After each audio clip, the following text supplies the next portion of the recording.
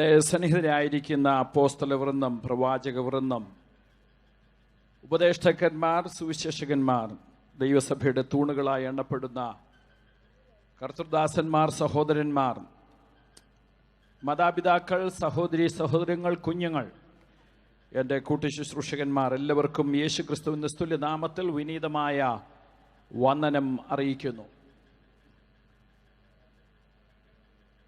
ഞാൻ ഇവിടെ 5 മണിക്ക് സ്റ്റേജിൽ വന്നതാണ്. ഇവിടുത്തെ നിർദ്ദേശപ്രകാരം ഇത്രയും നേരം ഇരുന്ന ഒരു യോഗവും കുമ്പനാട്ട് ഞാൻ ഓർക്കുന്നില്ല. 5ാമത്തെ പ്രാസംഗികനായിട്ടാണ് ഞാനിവിടെ നിൽക്കുന്നത്. നമ്മൾ ഇത്രയും നേരം ഇരുന്നതുകൊണ്ട് നമുക്ക് ഇടയ്ക്ക് പാസ്റ്റർ ജേക്കബ് ജോൺ പ്രസിഡന്റും പ്രസംഗിച്ചു. അത് പ്രസംഗം എന്ന നിലയിലല്ലെങ്കിലും നമുക്കെല്ലാവർക്കും ഒന്ന് എഴുന്നേറ്റ് നിൽക്കാൻ പ്രിയ ദൈവമക്കളെ. അനുഗ്രഹിക്കപ്പെട്ട ദൂത് ദൈവം നമ്മെ കേൾപ്പിച്ചു. നാം ഒന്ന് ഫ്രഷ് ആകാൻ പോകുകയാണ്. ഒരു 100-150 പേര് ഇപ്പോൾ പോയിട്ടുണ്ട്. ബാക്കി എല്ലാവരും ഇവിടെ ഉണ്ട്. നമുക്ക് ഭക്ഷണം യോഗാനന്തരമുണ്ട്. അതുകൊണ്ട് ആർക്കും ധൃതി വെക്കേണ്ട ആവശ്യമില്ല. അത്യാവശ്യമുള്ളവർക്ക് പോകുവാൻ സ്വാതന്ത്ര്യമുണ്ടല്ലോ. കരങ്ങളെ കോർത്തുപിടിക്കാൻ നമുക്ക് പ്രാർത്ഥിക്കാം. പ്രിയ കർത്താവേ, ഞങ്ങളെ കേൾപ്പിച്ച ദൂതുകൾക്കായി സ്തോത്രം. കർത്താവ്, ഞങ്ങളെ സ്നേഹിക്കുന്നതിനാൽ സ്തോത്രം. നിലനിൽക്കുന്ന ഫലം തരുന്നതിനാൽ സ്തോത്രം. കർത്താവേ, രോഗശാന്തിയുടെ വ്യാപാരം ഇവിടെ വ്യാപരിപ്പിച്ചതിനാൽ സ്തോത്രം. സ്വർലോകങ്ങളിലെ ദുഷ്ടാത്മസേനയെ അവിടുന്ന് ശാസിച്ചകറ്റിയിരിക്കിയാൽ സ്തോത്രം. വ്യോമമണ്ഡലത്തിൽ വിഹരിക്കുന്ന പൈശാചിക വ്യാപാരത്തെ അവിടുന്ന് ബന്ധിച്ച് അകറ്റിയിരിക്കിയാൽ സ്തോത്രം. ഭൗമമണ്ഡലത്തിൽ ഞങ്ങൾക്കെതിരെ പോരാടുന്ന വ്യാപാരങ്ങളെ കർത്താവേ നീ മാറ്റിയിരിക്കിയാൽ സ്തോത്രം ചെയ്യുന്നു. സ്വർഗത്തിൽ, ഭൂമിയിൽ, അധോലോകത്തിൽ സർവ്വ അധികാരവും പ്രാപിച്ച യേശു ക്രിസ്തുവിന്റെ അധികാരമുള്ള നാമത്തിൽ ഹല്ലേലൂയ. ഇന്ന് രാത്രി ഞങ്ങൾ ദൈവമക്കൾ ഒരുമിച്ച് വിജയം ഘോഷിക്കുകയാണ്. ഹല്ലേലൂയ. അങ്ങേ പ്രതികരിക്കുവാനായിട്ട് എന്നെ ശുദ്ധീകരിക്കണമേ. ചോദ്യങ്ങൾക്ക് ഉത്തരം നൽകണമേ. സംശയങ്ങൾക്ക് പരിഹാരം തരണമേ. പ്രശ്നങ്ങൾക്ക് അന്തം വരുത്തണമേ. രോഗത്തിന് സൗഖ്യം കൽപ്പിക്കണമേ. ഇവിടുന്ന് മടങ്ങുമ്പോൾ ദൈവനോട് സംസാരിച്ചു എന്നുള്ള വലിയ തൃപ്തി ഞങ്ങളെ ഇപ്പോൾ തന്നെ ഭരിക്കുന്നുണ്ട് കർത്താവേ. തുടർന്നും അങ്ങയുടെ ഇഷ്ടം നിറവേറ്റണമേ കർത്താവേ. യേശു ക്രിസ്തുവിൻ നാമത്തിൽ അപേക്ഷിക്കുന്നു പിതാവേ, കേൾക്കണമേ. ആമേൻ. Please be seated. ഇന്ന് ലോകത്തിൽ പ്രസംഗിക്കപ്പെടുന്ന വിഷയങ്ങളിൽ ഏറ്റവും പുരാതനത്വം അവകാശപ്പെടുവാൻ കഴിയുന്ന പ്രസംഗ വിഷയം സുവിശേഷമാണ്, ദൈവവചനമാണ്. ഇന്ന് ലോകത്തിൽ പ്രസംഗിക്കപ്പെടുന്ന വിഷയങ്ങളിൽ ഏറ്റവും കൂടുതൽ ഭാഷകളിൽ പ്രസംഗിക്കപ്പെടുന്ന വിഷയം സുവിശേഷമാണ്, ദൈവവചനമാണ്. ഇന്ന് ലോകത്തിൽ പ്രസംഗിക്കപ്പെടുന്ന വിഷയങ്ങളിൽ ഏറ്റവും കൂടുതൽ പ്രാസംഗികരുള്ള വിഷയം സുവിശേഷമാണ്, ദൈവവചനമാണ്. ഇന്ന് ലോകത്തിൽ പ്രസംഗിക്കപ്പെടുന്ന വിഷയങ്ങളിൽ 24 മണിക്കൂറും പ്രസംഗിക്കപ്പെടുന്ന വിഷയം സുവിശേഷമാണ്. ഈ അനുഗ്രഹീത സുവിശേഷത്തിന് സാക്ഷികളാകുവാൻ, വക്താക്കളാകുവാൻ, ശ്രോതാക്കളാകുവാൻ ദൈവം അവസരം തന്നതിനാൽ കരമേർ ദൈവത്തെ സ്തുതിക്കാം. പോരാ, നമ്മൾ ഇത്രയും പേരുണ്ടല്ലോ, ശക്തിയോടെ ദൈവത്തെ സ്തുതിക്കാം. ഹല്ലേലൂയ, സ്തോത്രം. ഞാൻ ഇവിടെ ഇരുന്നപ്പോൾ ഓർക്കുകയായിരുന്നു, 1986 ഞാൻ ഇവിടെ ബൈബിൾ കോളേജ് പഠനത്തിന് വേണ്ടി വന്ന ദിവസം. ഒരാഴ്ചക്കകം എന്നെ നിരാശ ഭരിച്ചു. ഞാൻ വലിയ ദുഃഖത്തിലൂടെ കടന്നുപോയി. എനിക്ക് അബദ്ധം പറ്റിയോ എന്ന് ഞാൻ സന്ദേഹിച്ചു.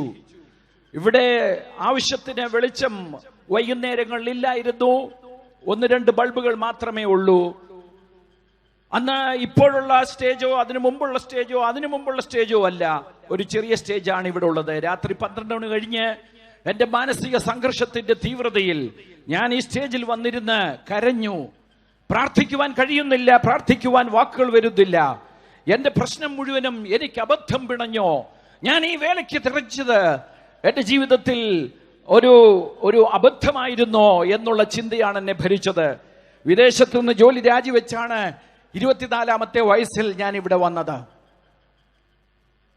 അന്ന് രാത്രി 1/2 മണിക്കൂർ കരഞ്ഞു കാണും. ഒറ്റ സുഹൃത്തുക്കൾ എന്നോട് കൂടെ അന്ന് സ്റ്റേജിൽ ഇവിടെ ഇല്ല, എല്ലാവരും ഉറങ്ങുക. Pastor Varghese Mathai, pastor C Johnson, pastor George Monachan, pastor B Monachan, pastor V P Jose, ഇവരെ ഞങ്ങളെല്ലാവരും ഒരേ കാലഘട്ടത്തിൽ ഇവിടെ പഠിച്ചവരാണ്. ആരും അറിയുന്നില്ല. ഇവിടെ ഇരുന്ന് ഞാൻ കരയുകയാണ്. അന്ന് രാത്രി ദൈവം എന്നെ ഒരു ശബ്ദം കേൾപ്പിച്ചു. അതിപ്രകാരമാണ്: ഗോതമ്പ് മണി നിലത്തു വീണ് ചാകുന്നില്ല എങ്കിൽ അത് തനിയെ ഇരിക്കും, ചത്തുവെങ്കിലോ വളരെ വിളവുണ്ടാകും. ചത്തുവെങ്കിലോ വളരെ വിളവുണ്ടാകും. ഇന്ന് രാത്രി തുടർന്നുള്ള അല്പസമയത്ത് ചിന്തയ്ക്കായ ഒരു ഭാഗം വായിക്കട്ടെ. അപ്പോസ്തലപ്രവൃത്തികൾ അതിന്റെ 20-ാം അധ്യായം 24-ാം വാക്യം. എങ്കിലും ഞാൻ എൻ്റെ പ്രാണനെ വിലയേറുതായി എണ്ണുന്നില്ല. അപ്പോസ്തലപ്രവൃത്തിയിൽ പ്രതിപാദിക്കപ്പെട്ടിരിക്കുന്ന പീഡയെ കുറിച്ചാണ് പറയുവാൻ ഞങ്ങൾക്ക് നിർദ്ദേശം ലഭിച്ചിരിക്കുന്നത്. അപ്പോസ്തലപ്രവൃത്തിയിലെ പീഡയിൽ അതിനുണ്ടായ കാരണങ്ങൾ നമ്മൾ തിരക്കിയാൽ ഒന്നാമത് കാണുന്ന കാരണം അസൂയ, ശുദ്ധ അസൂയ. സദൂക്യര്, മഹാപുരോഹിത കുടുംബാംഗങ്ങള്, ശാസ്ത്രിമാര്, അവര് നോക്കുമ്പോൾ ഒരു പറ്റം ആളുകൾ ഈ വിദ്യാഭ്യാസമില്ലാത്ത ആളുകളുടെ പുറകെ കൂടുന്നു. അവർക്ക് അസൂയ തോന്നി. അടുത്ത പദം ഉപയോഗിച്ചിരിക്കുന്നത് നീരസമെന്ന. നമ്മളൊരു കാര്യം ഓർക്കണം, ആശയപരമായ സംഘട്ടനമല്ല ഉണ്ടായത് 1-ാം നൂറ്റാണ്ടിലെ സഭയോടുള്ള ബന്ധത്തിൽ. ആദർശപരമായിട്ടുള്ള വിഷയങ്ങളെ സംബന്ധിച്ചല്ല അന്നത്തെ സംഘട്ടനം. സുവിശേഷത്തിന് തടസ്സം നിൽക്കുന്ന, എതിര് നിൽക്കുന്ന ആ വ്യാപാരം വ്യാപരിച്ച മെത്തേഡ് അസൂയ എന്നുള്ളതായിരുന്നു. ഇന്ന് രാത്രി നമ്മുടെ സ്വയശോധനയ്ക്കായിട്ട് ഒരു കാര്യം ഞാൻ ചോദിക്കുകയാ, എന്തേ ആ പറയുന്ന രോഗം അന്ന് ശാസ്ത്രിമാർക്ക്, പുരോഹിതന്മാർക്ക്, സദൂക്യരായവർക്ക് മാത്രമേ ഉണ്ടായിരുന്നുള്ളോ, അതോ നമുക്കുണ്ടോ? പീഡ വരുന്ന വഴി ഓർക്കണേ. അന്ധകാര വ്യാപാരം ദൈവജനത്തിനെതിരെ പോരാടുവാൻ ഉപയോഗിച്ച ആ കുൽസിതമായിട്ടുള്ള സ്വഭാവം അത് മറ്റൊന്നുമല്ല, അസൂയ, നീരസം. പിന്നീട് നാം വായിക്കുന്നു അപ്പോസ്തലപ്രവൃത്തിയിൽ പീഡയ്ക്ക് കാരണമായി തീർന്നത് സാക്ഷാൽ അപ്പോസ്തലനായ പൗലോസ് അല്ലെങ്കിൽ ശൗല് തന്റെ വിശ്വാസത്തോടുള്ള പ്രതിബദ്ധത കൊണ്ട് വീടുകൾ തോറും കയറിയിറങ്ങി പുരുഷന്മാരെ സ്ത്രീകളെയും പിടിച്ചിഴച്ച് വലിച്ചുകൊണ്ട്, പിന്നൊരു വാക്യം നാം ഇങ്ങനെ വായിക്കുന്നു, ശൗൽ കുല നിശ്വസിച്ചുകൊണ്ട്. താൻ ഉച്ഛ്വസിക്കുന്നത് കുലയായിരുന്നു. പക്ഷേ ഈ പറയുന്ന ശൈലി പൗലോസ് അല്ലെങ്കിൽ ശൗല് അക്കാലത്ത് ഉപയോഗിക്കുവാൻ കാരണം അസൂയയല്ല, വിശുദ്ധന്മാരോടുള്ള നീരസമല്ല, പ്രത്യുത താൻ വിശ്വസിച്ചു വരുന്ന ന്യായപ്രമാണത്തോടുള്ള പ്രതിബദ്ധത കൊണ്ടായിരുന്നു. അദ്ദേഹത്തിന്റെ ദൃഷ്ടിയിൽ ഈ പുതിയ കൂട്ടം ആളുകൾ ദുരുപദേശകരായിരുന്നു. യഹൂദന്റെ തിയോളജിയിൽ അവരുടെ മശിഹ കഷ്ടമനുഭവിക്കുകയോ അല്ലെങ്കിൽ ക്രൂശിക്കപ്പെടുകയോ തനിക്ക് അചിന്തനീയമായിരുന്നു. അപ്പോൾ താൻ വിശ്വസിച്ചു വരുന്ന വസ്തുതയിൽ അങ്ങേയറ്റം പ്രതിബദ്ധത ഉണ്ടായിരുന്ന ആ അനുഗ്രഹീത ദൈവഭൃത്യൻ അല്ലെങ്കിൽ ഏകസത്യ ദൈവത്തെ ആരാധിച്ചിരുന്ന, യഹോവയെ തന്നെ ആരാധിച്ചിരുന്ന അദ്ദേഹത്തിന് ഈ പുതിയ കൂട്ടരെ ദുരുപദേശകരായി കാണുകയും അവരെ നശിപ്പിച്ചേ പറ്റൂ എന്നുള്ള വാശിയിലാണ് താൻ ഇറങ്ങിത്തിരിച്ചത്. എന്നാൽ ഇന്ന് രാത്രി ഓർക്കണമേ, ആ നിലയിൽ ഒരു പീഡ ഏതെങ്കിലും കോണിൽ നിന്നുണ്ടാകുന്നെങ്കിൽ വിജയം സുനിശ്ചിതം. അവരെ കൊണ്ട് ഈ സുവിശേഷം ദൈവം പറയിപ്പിക്കും. അങ്ങനെ പീഡകനായി നടന്ന് സ്തെഫാനോസിനെ കല്ലെറിയുമ്പോൾ വസ്ത്രം കാത്ത ഈ വിദ്യാസമ്പന്നനായ മനുഷ്യൻ, ന്യായപ്രമാണം സംബന്ധിച്ച് അനന്യനായവൻ, പരീശന്മാരിൽ ജനിച്ച പരീശനായ ഈ മത തീവ്രവാദി, അദ്ദേഹത്തെയാണ് ദൈവം എന്തിന് തെരഞ്ഞെടുത്തത്? ഈ സുവിശേഷത്തിന്റെ വക്താവായി ലോക രാജ്യങ്ങളെ പിടിച്ചടക്കുവാൻ വേണ്ടി ഉപയോഗിച്ചത്. ഇത് രാത്രി ഒരു വസ്തുത ഓർപ്പിക്കട്ടെ, അസൂയാലുക്കൾ എത്ര തന്നെ ഉയർന്നാലും നമുക്ക് ഭയപ്പെടേണ്ടതായിട്ടില്ല. എന്നാൽ ആദർശപരമായ തീവ്രത കൊണ്ട് ആരെങ്കിലും നമുക്കെതിരെ പോരാടുവാൻ സന്നദ്ധരാകുന്നുവെങ്കിൽ ഇന്ന് രാത്രി ഒരൊറ്റ കാര്യം ചിന്തിച്ചാൽ മതി, അവരായിരിക്കും നാളത്തെ ഇവിടുത്തെ സുവിശേഷ വാഹകർ. IPCക്ക് അഭിമാനിക്കത്തക്കവണ്ണം ദൈവം പല കാര്യങ്ങൾ തന്നിട്ടുണ്ട്. പക്ഷേ ഒന്ന് വേറിട്ട് ചിന്തിക്കുന്നതും നല്ലതായിരിക്കും, സ്വയ വിമർശനവും നല്ലതായിരിക്കും. ഇന്നിവിടെ അതിഥികളായി പലരും ഉണ്ടെന്ന് എനിക്കറിയാം, നമ്മൾ കുടുംബം മാത്രമല്ല. എന്നാൽ ഞാൻ ചോദിക്കട്ടെ, IPCയിലുണ്ടോ ഒരു റീജിയൻ പ്രസിഡന്റ് മലയാളി അല്ലാത്ത?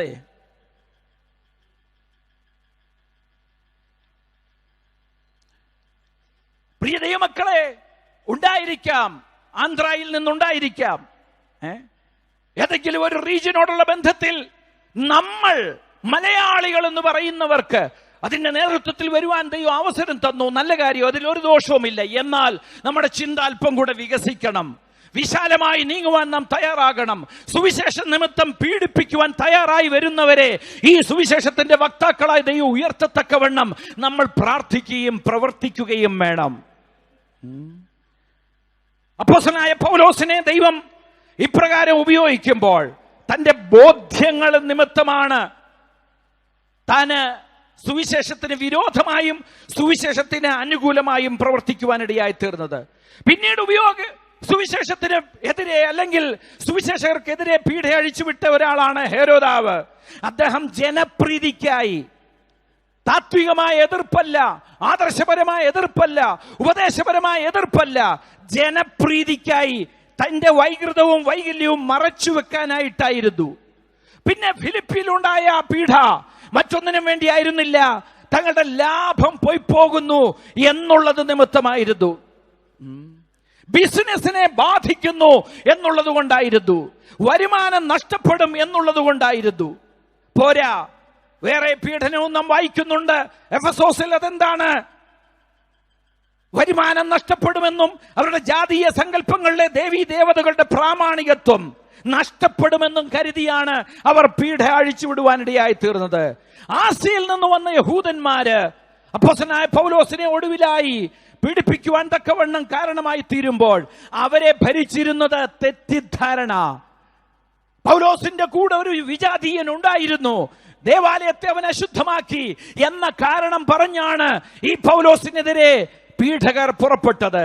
എന്നാൽ ഇവയെ നേരിട്ട, ഇങ്ങനെയൊക്കെയുള്ള പീഡയെ നേരിട്ട വിശുദ്ധന്മാർ എപ്രകാരമാണ് അതിനെ നേരിട്ടത് വ്യക്തമായിട്ട് നമുക്ക് മനസ്സിലാക്കാൻ കഴിയും. നമ്മുടെ ചിന്തയ്ക്ക് വേണ്ടി പറയട്ടെ, ഒന്നത്തെ സന്നദ്ധി സംഘം യഹൂദന് അതേ നേതൃത്വം നൽകുമ്പോൾ ദൈവമക്കൾക്ക് അന്ന് അപ്പോസ്തലന്മാരുടെ സംഘം എന്നൊരു കൂട്ടരുണ്ട്. അവരെന്ത് ചെയ്തു? ഒന്നും ചെയ്തില്ല. പീഡ അനുഭവിച്ചപ്പോൾ എപ്പോഴും സംഭവിച്ചത് ദൈവസഭ മുട്ടിന്മേലിരുന്നു.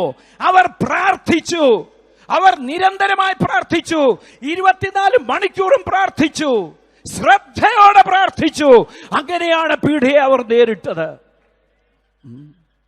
പോരാ, പീഡയെ നേരിടുവാൻ പിന്നീട് അവരെ ഉപയോഗിച്ചതായ മാർഗം എന്തൊക്കെയാണ്? അവർ ഈ പീഡ ലഭിച്ചു കഴിഞ്ഞ്, ശിക്ഷ ലഭിച്ചു കഴിഞ്ഞ്, അപഹാസ്യരായി കഴിഞ്ഞ് വീടുതോറും ശക്തിയുക്തം ഈ സന്ദേശം അറിയിച്ചു.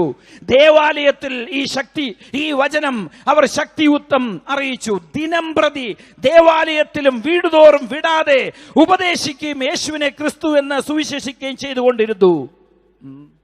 അന്ന് യെരുശലേമിലെ സഭയ്ക്ക് വലിയ ഉപദ്രവം നേരിട്ടു. അപ്പോസ്തലന്മാരൊഴികെ എല്ലാവരും യഹൂദയ ശമരിയ ദേശങ്ങളിൽ ചിതറിപ്പോയവർ വചന സുവിശേഷിച്ചും കൊണ്ട് അവിടെ സഞ്ചരിച്ചു. പ്രിയ ദൈവമക്കളെ, ഒരു കാര്യം നമ്മൾ മനസ്സിലാക്കണം.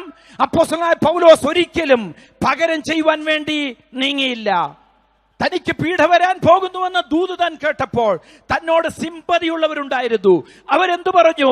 നിനക്കങ്ങനെ ഭവിക്കരുത്, നീ യെരുശലേമിൽ പോകരുത്. ദൈവത്തിന്റെ ആത്മാവ് താൻ പോയ ഇടങ്ങളിലെല്ലാം തന്നെ തനിക്ക് മുന്നറിയിപ്പ് നൽകുമ്പോഴും എന്റെ ഹൃദയം തകർക്കുന്നതെന്ത്? കർത്താവായ യേശുവിന് വേണ്ടി ബന്ധിക്കപ്പെടുവാൻ മാത്രമല്ല, യെരുശലേമിൽ മരിപ്പാനും ഞാൻ ഒരുങ്ങിയിരിക്കുന്നു എന്ന് പറഞ്ഞ് അദ്ദേഹം പീഡയെ നേരിട്ടു. പോരാ, താൻ പരിശുദ്ധാത്മാവിന്റെ നിയോഗത്തിലാണ് നടന്നത്.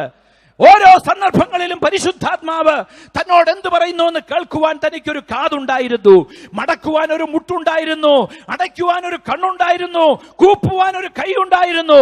അങ്ങനെ ദൈവത്തിന്റെ ആലോചന പ്രാപിച്ച് അപ്പോസ്തലനായ പൗലോസ് നീങ്ങി. എന്നെ കേൾക്കുന്ന സഹോദരി സഹോദരന്മാരെ, പീഡയെ നമ്മൾ നേരിടേണ്ടത് നമ്മുടെ രാഷ്ട്രീയ ബലം കൊണ്ടല്ല. പീഡയെ നമ്മൾ നേരിടേണ്ടത് നമ്മുടെ ബുദ്ധി വൈഭവം കൊണ്ടല്ല. പീഡയെ നേരിടുവാൻ ദൈവം തന്നിരിക്കുന്ന ഉപാധി, ആയുധം പ്രാർത്ഥനയാണ്, പരിശുദ്ധാത്മാവിന്റെ ശബ്ദം കേൾക്കുവാനുള്ള മനസ്ഥിതിയാണ്.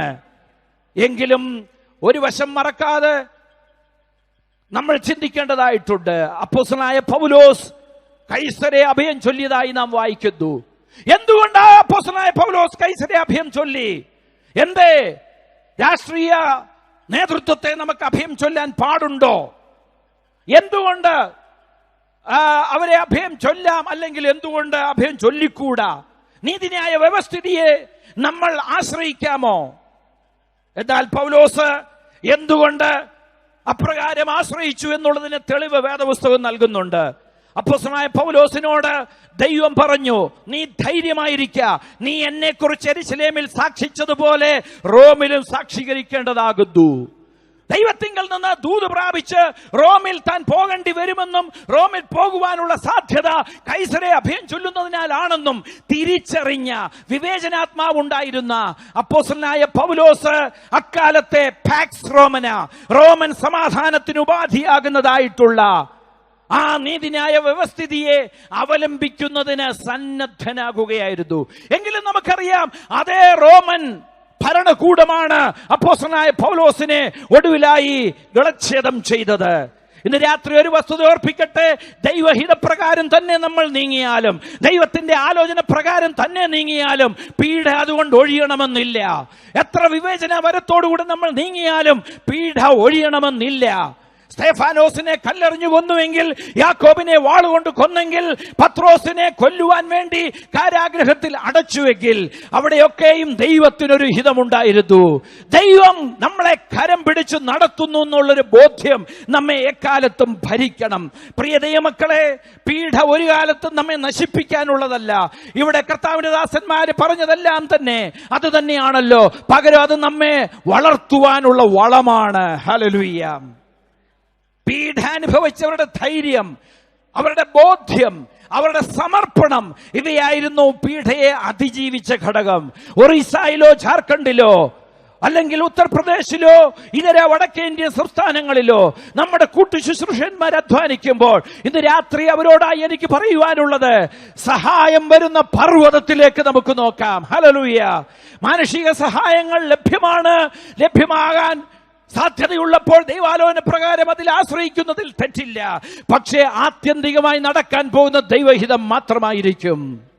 ഇനിയും ഗുരുവും കർത്താവുമായ യേശുവിലേക്ക് നമുക്ക് ശ്രദ്ധയെ തിരിക്കാം. പൗലോസ് അപ്പോസ്തലൻ തന്റെ ബോധ്യങ്ങൾക്ക് വേണ്ടി മരിക്കുവാൻ തയ്യാറായി. ഇന്നൊരു കാര്യം ഓർപ്പിക്കട്ടെ, പൗലോസ് മാത്രമല്ല, ലോകപ്രകാരമുള്ള വിവിധ തത്വശാസ്ത്രങ്ങളിൽ വിശ്വസിക്കുന്നവരും അത് തന്നെയാണ് ചെയ്യുന്നത്. ഒരിക്കലും യാഥാർത്ഥ്യമാകാതിരുന്ന തമിഴ് ഈഴത്തിന് വേണ്ടി സാക്രിഫിഷ്യൽ ട്രൂപ്പുകളാകുവാൻ, സൂയിസൈഡൽ സ്ക്വാഡുകളാകുവാൻ എത്രയോ ആയിരങ്ങൾ തയ്യാറായി. നമ്മുടെ ഈ തൊട്ടടുത്തുള്ള ശ്രീലങ്കയിൽ ഒരിക്കലും അവരുടെ സ്വപ്നം പൂവണിഞ്ഞില്ല. എന്നിട്ടും അവർ വിശ്വസിച്ച ബോധ്യത്തിന് വേണ്ടി ചാകുവാൻ അവർ തയ്യാറായി. ഒരിക്കലും യാഥാർത്ഥ്യമാകാതിരുന്ന ഖലിസ്ഥാൻ, ആ ഖലിസ്ഥാന് വേണ്ടി എത്രയോ പഞ്ചാബികൾ അതേ രക്തസാക്ഷികളായി.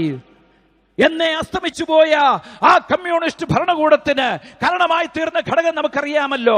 ദൈവവിശ്വാസം മനുഷ്യനെ അതേ കഷ്ടപ്പെടുവാൻ അനുവദിക്കുന്നു എന്നുള്ളത് കൊണ്ട് ദൈവവിശ്വാസം അവരിൽ നിന്ന് എടുത്തു കളഞ്ഞിട്ട് ഇതിനപ്പുറത്ത് പ്രത്യാശിക്കുവാൻ ഒന്നുമില്ല എന്നുള്ള തത്വസംഹിത അവരെ പഠിപ്പിച്ചിട്ട് തൊഴിലാളികൾ ഒന്നടങ്കം എന്ത് ചെയ്തു? അവരുടെ ജന്മിമാർക്കെതിരെ പോരാടുവാൻ ആ റഷ്യയിലെ പീസൻസ് തയ്യാറായി. അങ്ങനെ രക്തരൂക്ഷിത വിപ്ലവത്തിൽ നിന്ന് മുക്കിയെടുത്ത ചെങ്കൂറ തുണിക്ക് മുമ്പിൽ ലോകത്തിലെ 2 രാഷ്ട്രങ്ങൾ ഒരു കാലത്ത് അണിനിരക്കാൻ തയ്യാറായി. പക്ഷേ അത് മൗഢ്യമാണെന്ന് ഇന്ന് ലോകം തെളിയിച്ചു, ചരിത്രം തെളിയിച്ചു. അങ്ങനെയെങ്കിൽ എന്നേക്കും നിലനിൽക്കുവാൻ പോകുന്ന നിത്യ രാജ്യത്തിനു വേണ്ടി, ദൈവരാജ്യത്തിനു വേണ്ടി എന്തുകൊണ്ട് നമുക്ക് സാക്രിഫിഷ്യൽ ട്രൂപ്പുകളായിക്കൂടാ? എന്തുകൊണ്ട് നമുക്ക് സൂയിസൈഡൽ സ്ക്വാഡുകളായിക്കൂടാ? എന്തുകൊണ്ട് കുറഞ്ഞ പക്ഷെ ജീവിച്ചുകൂടാ? ഹല്ലേലൂയ. സന്തോഷമുണ്ടോ ദൈവമക്കളെ? കർത്താവിന്റെ ദാസന്മാരിൽ ഒരാൾ ഒരിക്കൽ പ്രസംഗിക്കുന്നത് ഞാൻ കേട്ടു, ദൈവത്തിന് വേണ്ടി മരിക്കാൻ എളുപ്പമാ, ജീവിക്കാനാ ബുദ്ധിമുട്ടെന്ന്. Praise God. ഇന്ന് രാത്രി ഒരു കാര്യം ഓർപ്പിക്കട്ടെ, ഒരു പക്ഷേ നാം രക്തസാക്ഷികളാകത്തക്കുള്ളൊരു പീഡ നമ്മുടെ മുൻപിൽ ഇല്ലായിരിക്കാം. പക്ഷേ ജീവിതം തെളിയിച്ചു കാണിക്കുവാൻ വളരെ ബുദ്ധിമുട്ടാണ്. അപ്പോസ്തലനായ പൗലോസ് പറഞ്ഞു, എന്റെ പ്രാണനെ വിലയേറിയതായി എണ്ണുന്നില്ല. അതിന്റെ അർത്ഥം വെറും പ്രാണനല്ല, ജീവിതത്തിൽ വലുതെന്ന് കരുതുന്ന ഒക്കെയും തൃണവൽക്കണിക്കുവാൻ താൻ തയ്യാറായി എന്നുള്ളതാണ്. എന്റെ യേശുവും തന്നെ കുറിച്ച് തന്നെ പറഞ്ഞതാണ്, ഗോതമ്പ് മണി നിലത്തു വീണ് ചാകുന്നില്ല എങ്കിൽ തനിയേ ഇരിക്കും, ചത്തുവെങ്കിലോ വളരെ വിളവുണ്ടാകും. ഇതുവരെ പറഞ്ഞത് മുഴുവൻ മറന്നേരെ ഇനി പറയുന്ന മറക്കരുത്. ഓർത്തു നോക്കൂ, യേശുവിനെ ക്രൂശിച്ചു, പക്ഷെ യേശു മരിച്ചില്ലെന്ന് കരുതുക. മണിക്കൂറുകൾക്ക് ശേഷം യേശുവിനെ ക്രൂശിൽ താഴെ ഇറക്കി, ആണി പിഴുതുമാറ്റി, അതേ മുൾക്കിരീടം മാറ്റി, ഫസ്റ്റ് എയ്ഡ് കൊടുത്തു, ആംബുലൻസ് വന്നു, യേശുവിനെ കൊണ്ടുപോയി എമർജൻസിയിൽ അറ്റൻഡ് ചെയ്യിച്ചു, അഡ്മിറ്റായി. 2 ആഴ്ച കൊണ്ട് യേശു സുഖം പ്രാപിച്ചു. യേശു പിന്നെയും പ്രവർത്തിക്കുവാൻ തുടങ്ങി. നിങ്ങൾ പറയൂ, എന്തേ നമ്മൾ ഇന്നിവിടെ കാണുമായിരുന്നോ? നമ്മുടെ ഗുരുവും കർത്താവുമായ സാക്ഷാൽ ദൈവപുത്രനായ യേശുവിന് പോലും ഫലം പുറപ്പെടുവിക്കുവാൻ ചാകേണ്ട ആവശ്യമുണ്ടായിരുന്നു, മരിക്കേണ്ട ആവശ്യമുണ്ടായിരുന്നു. ഇന്ന് രാത്രി ഒരു വസ്തുത ഓർപ്പിക്കട്ടെ. ഫലമുണ്ടാകണമോ? ഇന്ത്യ പെന്തക്കോസ്ത് ദൈവസഭയിൽ ഫലമുണ്ടാകണമോ? വളർച്ച ഉണ്ടാകണമോ? നാം മരിച്ചേ പറ്റൂ. മരിക്കുന്നത് രക്തസാക്ഷിത്വ മരണം മാത്രമല്ല, സ്വയത്തിന് നാം മരിക്കണം, ജഡത്തിന് നാം മരിക്കണം, ലോകത്തിന് നാം മരിക്കണം. പിശാച് നമ്മെ തിരക്കുമ്പോൾ നമ്മുടെ ഡെഡ് ബോഡി കിട്ടണം, ദൈവം നമ്മളെ തിരക്കുമ്പോൾ നമ്മളെ ജീവനോടെ കിട്ടണം. മനസ്സിലായവർ ദൈവത്തെ സ്തുതിക്കാം. ലോകത്തിൽ എല്ലാവർക്കും ഏറ്റവും വലുതെന്താണെന്നറിയാമോ? ഞാൻ റിച്ചാർഡ് ഉംബ്രാണ്ട് ചില വർഷങ്ങൾക്ക് മുൻപ് തിരുവല്ല സ്റ്റേഡിയത്തിൽ പ്രസംഗിച്ചു. എല്ലാവരുടെ ജീവിതത്തിൽ അതിപ്രധാനമായ 3 കാര്യങ്ങൾ അദ്ദേഹം പറഞ്ഞു. നമ്പർ 1, ഞാൻ ഉടനെ മനസ്സിൽ പറഞ്ഞു. ബാലകനായിരുന്നിട്ടും ഞാൻ മനസ്സിൽ ഇപ്രകാരം ചിന്തിച്ചു. പൊതുവെ പറഞ്ഞു കേൾക്കുന്ന കാര്യമുണ്ടല്ലോ, എനിക്ക്, ഭാര്യയ്ക്ക്, മക്കൾക്ക്. അപ്പൊ 2 ഭാര്യ 3 മക്കൾ. ഞാൻ ആ പിഞ്ചു മനസ്സിൽ അങ്ങനെ കരുതി. പക്ഷേ റിച്ചാർഡ് ഉംബ്രാണ്ട് വീണ്ടും പറയുന്നു, ഏതൊരു വ്യക്തിക്കും ജീവിതത്തിൽ അതിപ്രധാനം നമ്പർ 2, നമ്പർ 3, നത്തിങ് ബട്ട് എല്ലാവർക്കും ഒന്നേ ഉള്ളൂ പ്രധാനം, ഞാൻ. പൗലോസ് അതുകൊണ്ട് തന്നെ ഇപ്രകാരം പറഞ്ഞു, എനിക്ക് ക്രിസ്തുയേശുവിലുള്ള പ്രശംസയാണ്, ഞാൻ ദിവസേന മരിക്കുന്നു. രക്തസാക്ഷിയാകുന്ന കാര്യമല്ല പൗലോസ് പറഞ്ഞത്, ദിവസവും മരിക്കണം.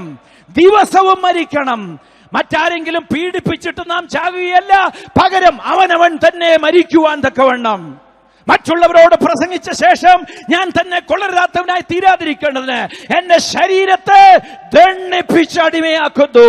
ഇന്ന് രാത്രി എന്നെ കേൾക്കുന്ന കൂട്ടുശുശ്രൂഷന്മാരെ, എന്നെ കേൾക്കുന്ന സഹോദരന്മാരെ, ഉച്ചഭാഷയുടെ ശബ്ദപരിധിയിൽ ഈ ടെലിവിഷൻ പ്രക്ഷേപണം നിമിത്തം കേൾക്കുന്ന എന്റെ പ്രിയപ്പെട്ടവരെ, നമുക്ക് ഇന്നിന്റെ ആവശ്യം എന്താണെന്നറിയാമോ? നമ്മിലെ ഞാൻ മരിക്കുക. പ്രാണനെ വിലയേറിയതായി എണ്ണാത്തവന് സ്ഥാനം വലുതല്ല. പ്രാണനെ വലുതായി എണ്ണാത്തവന് മാനം വിഷയമല്ല. പ്രാണനെ വിലയേറിയതായി എണ്ണാത്തവന് ലോകത്തിന്റെ ധാടിമോടികൾ ഒരു വിഷയമല്ല. അവൻ ജീവിക്കുന്നുവെങ്കിൽ ക്രിസ്തുവിന് വേണ്ടി, മരിക്കുന്നെങ്കിൽ അവനത് ലാഭമാണ്. സ്വാഗതം ചെയ്യാൻ നമുക്ക് പീഠയെ ഏൽപ്പിക്കാം, ശരീരത്തെ പീഠയ്ക്ക് വേണ്ടി. അങ്ങനെ മരിച്ചിട്ട് ഉയർത്തെഴുന്നേൽക്കുന്ന ഒരു പ്രസ്ഥാനമാണ് നാം ഉൾപ്പെടുന്ന പ്രസ്ഥാനം. ഓർക്കണം, ശദ്രക്ക്, മേശക്ക്, അബേദ്നെഗോവിനെ ദൈവം വിടുവിച്ചത് തീയിൽ ഇടാതെയല്ല, തീയിൽ വീണിട്ട് ഒരു കേടും ഭവിക്കാതെയാണ്. Praise God. എന്റെ യേശു ക്രിസ്തു ഉയർത്തെഴുന്നേറ്റത് മരിക്കാതെയല്ല, മരിച്ചിട്ട് 3-ാം ദിവസം ശക്തിയോട് ഉയർത്തെഴുന്നേൽക്കുകയായിരുന്നു. ഇതൊരു പ്രിൻസിപ്പിളാണ്. ഇന്ത്യ പെന്തക്കോസ്ത് ദൈവസഭയെ ഈ തത്വം നമ്മുടെ ജീവിതത്തിൽ പ്രായോഗികമാക്കുന്നുവെങ്കിൽ മറ്റുള്ളവരുടെ പീഡ നമുക്കൊരു വിഷയമല്ല, നിന്ന നമുക്കൊരു വിഷയമല്ല, ജീവൻ വലുതായി കാണാത്ത, സ്ഥാനമാനങ്ങൾ വലുതായി കാണാത്ത, പേരും പെരുമയും പ്രശസ്തിയും വലുതായി കാണാത്ത, അതേ യാതൊരുവിധ മറ്റ് കാര്യങ്ങളും വലുതായി കാണാതെ സ്വന്തം ജീവനെ പോലും തൃണകൾ ഗണിക്കുന്നവന് അവരെ കൊണ്ട് ദൈവം വളർത്തിയതാണ് ഈ പ്രസ്ഥാനം. അവരെ കൊണ്ട് ദൈവം പാകിയ വിത്തിൽ നിന്ന് കിളിച്ചു വന്നവരാണ് ഇവിടെ കാണുന്ന ദൈവമക്കൾ. തലമുറകളായി ഈ കർത്താവിനെ വാഴ്ത്തുവാൻ, അവന്റെ നാമം ഉയർത്തുവാൻ ദൈവം നമ്മളെ ഇവിടെ ആക്കിയിരിക്കുന്നുവെങ്കിൽ നമ്മൾ അടുത്ത തലമുറയ്ക്ക് മാതൃക കാണിക്കണം. നമ്മളെ തന്നെ വെറുമയായി എണ്ണുവാൻ, സ്വയം ചാകുവാൻ, ജഡം ചാകുവാൻ, ലോകത്തിന് മരിക്കുവാൻ, പിശാചിന് മരിക്കുവാൻ, പ്രാണനെ വിലയേറതായി എണ്ണാതിരിക്കുവാൻ ദൈവം നമ്മെ സഹായിക്കട്ടെ. സന്തോഷമുണ്ടോ ദൈവമക്കളെ? കരമുയർ ദൈവത്തെ സ്തുതിക്കാം. ഈ വചനങ്ങളാൽ ദൈവം നമ്മെ ആശീർവദിക്കട്ടെ. Price the Lord. ദൈവത്തിന്റെ 4 അഭിഷക്തന്മാരിലൂടെ ശക്തമായ ദൈവവചനം നമ്മുടെ ഹൃദയത്തോട് ദൈവം സംസാരിച്ചു കൊണ്ടിരിക്കുകയായിരുന്നു. എല്ലാവരും സന്തോഷമുള്ളവരായിരിക്കുമെന്ന് ഞാൻ വിശ്വസിക്കുന്നു. ഇപ്പോൾ എല്ലാവരും ചേർന്ന് ഒരു പാട്ട് പാടി ദൈവത്തെ മഹത്വപ്പെടുത്തുവാൻ പോവുകയാണ്. പാസ്റ്റർ കെ കോശി മുമ്പോട്ട് വന്ന് പാട്ട് ലീഡ് ചെയ്യുകയും ഒടുവിൽ പാസ്റ്റർ കോശി വൈദ്യൻ പ്രാർത്ഥിച്ച് ആശീർവാദം പറയുകയും ചെയ്യുന്നതായിരിക്കും.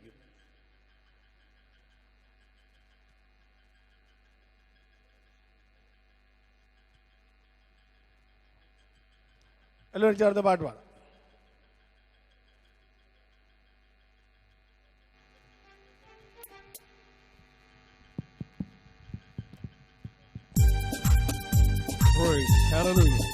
അല്പസമയം നമുക്ക് ദേശത്തിൽ എഴുന്നേറ്റ് നിന്നുകൊണ്ട് ഹല്ലേലൂയ.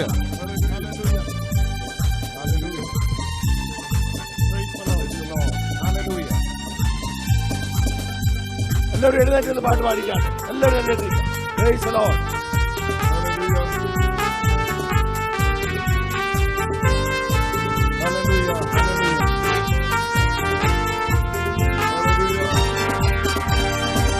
യേശു മഹോന്നതരേ മഹോന്നതരേ വേഗം കാണാം പ്രേമ കാന്തരെ കാണാം.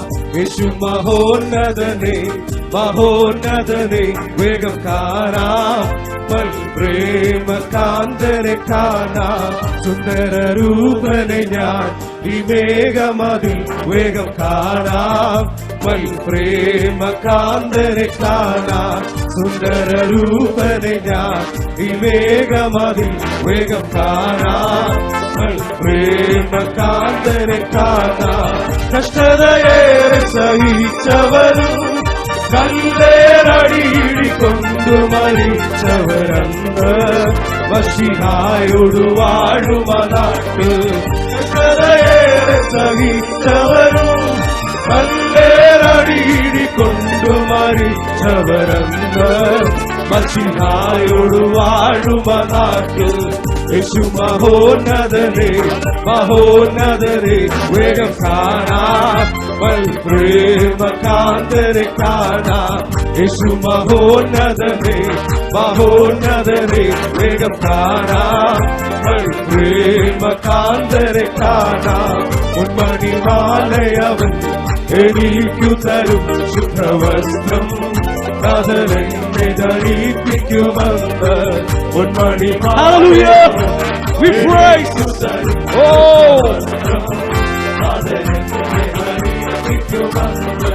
കണ്ണുനീരാകെ ഒഴിഞ്ഞിടുമേ 1000 ആണ്ടു വസിക്കും അവരുടെ നാട്ട് എനിക്കായൊരുക്കിയ വീട്ട്. കണ്ണുനീരാകെ ഒഴിഞ്ഞിടുമേ 1000 ആണ്ടു വസിക്കും അവരുടെ നാട്ട് എനിക്കായൊരുക്കിയ വീട്ട്. യേശു മഹോന്നതരേ മഹോന്നതരേ വേഗം കാണാം. We worship you, Lord. യേശു മഹോന്നതരേ മഹോന്നതരേ വേഗം കാണാം പ്രഭകളിൽ അവിടെ പ്രശോഭിതമായൊരു നാട് നാലു ജീവികൾ പാടുമീരോ. പ്രഭകളിൽ അവിടെ പ്രശോഭിതമായൊരു നാട് നാലു ജീവികൾ പാടുമീരേ. ജീവജല നദിയുണ്ടവിടെ ജീവമരങ്ങളുമായി നിലകൊണ്ടൊരു ദേശം നല്ലൊരു ഭുവനദേശം. ജീവജല നദിയുണ്ടവിടെ ജീവമരങ്ങളുമായി നിലകൊണ്ടൊരു ദേശം നല്ലൊരു ഭുവനദേശം. യേശു മഹോന്നതരേ മഹോന്നതരേ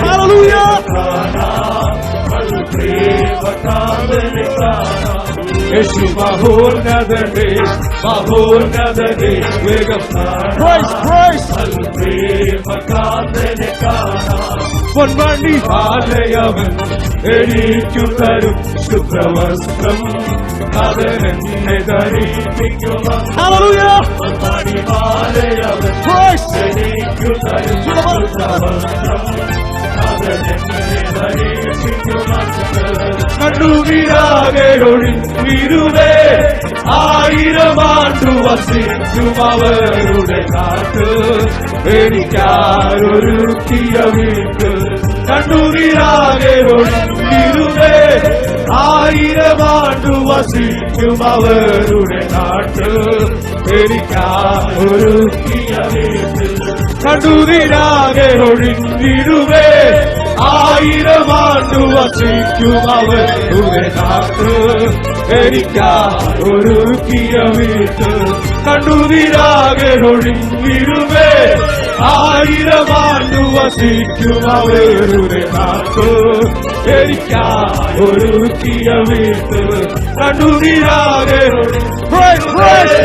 ആയിരമാണ്ടു വസിക്കും അവരുടെ നാട്ട് എനിക്കാരൊരുക്കിയ വീട്ട് കണ്ണുനീരാകെ ഒഴുകിടുവേ ആയിരമാണ്ടു വസിക്കും അവരുടെ യേശു മഹോന്നതനെ മഹോന്നതനെ വേഗം കാണാം യേശു മഹോന്നതനെ വേഗം കാണാം യേശു മഹോന്നതനെ ചുരവാല സമര ഹണ്ടേ യേശു മഹോന്നതനെ മഹോന്നതനെ വേഗം കാണാം മഹോന്നതനെ കാണാം മഹോന്നതനെ മഹോന്നതനെ വേഗം കാണാം മഹോന്നതനെ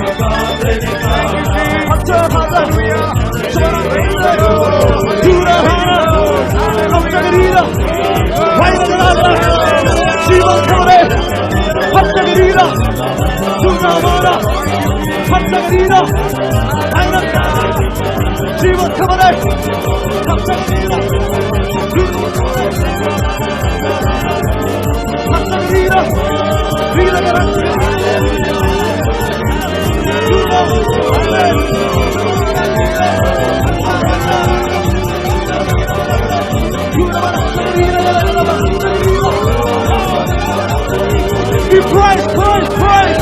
Oh, Christ!